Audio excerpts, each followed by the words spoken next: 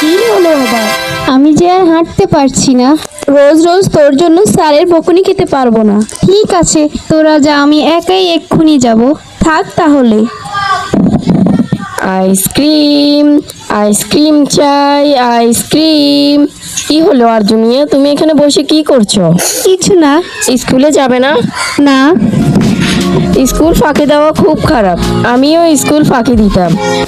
আমার অবস্থা দেখো, যদি লেখাপড়াটা করতাম তাহলে কি আর আইসক্রিম ফেরিওয়ালা করতে হতো? যাও স্কুলে যাও, চাই আইসক্রিম, আইসক্রিম। ভাই শোনো, তুমি কোন দিকে যাচ্ছ? আমি তো যাব ওই বাজারের দিকে। আজ স্কুলের দিকে যাবে না? আইসক্রিম খাবো টিফিন পিরিয়ডের সময়। ক্লাস যখন চলছে তখন তো আর আইসক্রিম বিক্রি হয় না। আমার বাজারের সময় যাচ্ছে, চাই আইসক্রিম। ভাই শোনো। শুধু শুধু ডাকছো কেন? এভাবে সময় নষ্ট হলে আমার হাওয়া মিঠাই যে শূন্যে মিলিয়ে যাবে। তোমার হাওয়াই মিঠাই কি মেঘের মতো যে মেঘ জমছে আর শূন্যে মিলিয়ে যাচ্ছে? হ্যাঁ, মেঘের চাইতে অনেক হালকা, তাই তো মিলিয়ে যায়। যাই, চাই হাওয়াই মিঠাই। এখন আমি কি করব? বাড়ি গেলে বাবা বলবে স্কুল ফাঁকি দেওয়া মতলব, স্কুলে গেলে স্যার বলবে দাঁড়িয়ে থাকো, আমি তো দাঁড়িয়ে থাকতে পারবো না। এখন কি হবে? এই সাবু, এদিকে শোনো। আচ্ছা, আরজুকে দেখছি না যে। স্যার, মাঝপথে এসে আরজু বলল তোরা যা। এরকম মাঝে মাঝেই করে আরজু। কিন্তু কেন করে? এমনি। এমনি মানে ইচ্ছে করে নাকি কোনো সমস্যা আছে ওর?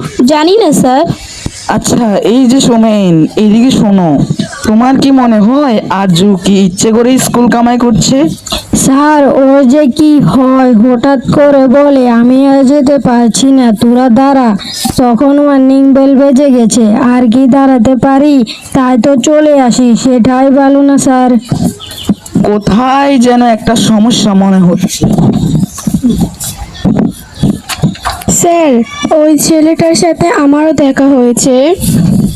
কোথায়? ওই যে পলাশতলির আম বাগানের ওখানে বসে আছে, আমার সাথে নানান কথা। নানা কথা? তাহলে স্কুলে এলো না কেন? এক সময় বলল তুমি কি স্কুলের দিকে যাবে? আমি বললাম না, এখন বাজারের দিকে যাব, তারপর টিফিন পিরিয়ড স্কুলের দিকে যাব। তাহলে তো খুবই চিন্তার কথা। আচ্ছা, ওই আম বাগানে কি এখনো আছে? মনে হয় এতক্ষণে বাড়ি চলে গেছে। তোমরা চলো তো। স্যার, পাখি, একটু নিচে নামো না, তোমার সাথে কথা কই। আমি স্কুলে নিয়ে যাবে? সাবু, সোমেন ওরা কেউই নিয়ে গেল না, তুমি নিয়ে যাও না। তুমি নিয়ে যাও না, তোমায় ডানায় ভর করে চলে যাব। কি হলো, নেমে গেলে কেন? মেঘ, আমায় নিয়ে যাও না, তোমার কোলে বসে চলে যাব স্কুলে। কি বলছো, ভিজে যাব? ভিজলাম, আবার শুকিয়ে যাব, তবুও তো স্যার বুঝবেন। ছোট পাখি। চন্দনা, এই যে শালিক, আমাকে দেখতে পাচ্ছ না? আমি একলা বসে আছি, আমার বুকটা ফেটে যাচ্ছে, আমার সাথে কথা বলো না। চন্দনা, আমায় নিয়ে নিল না। মেঘ, আমায় নিল না। শালিক, আমার সাথে কথা বলে না। আরজু, তুমি কাঁদছো কেন? তোমার কি হয়েছে? তুমি স্কুলে যাওনি কেন? কাঁদছিস কেন? স্যারকে বল না। কোনো ভয় নেই, বলো।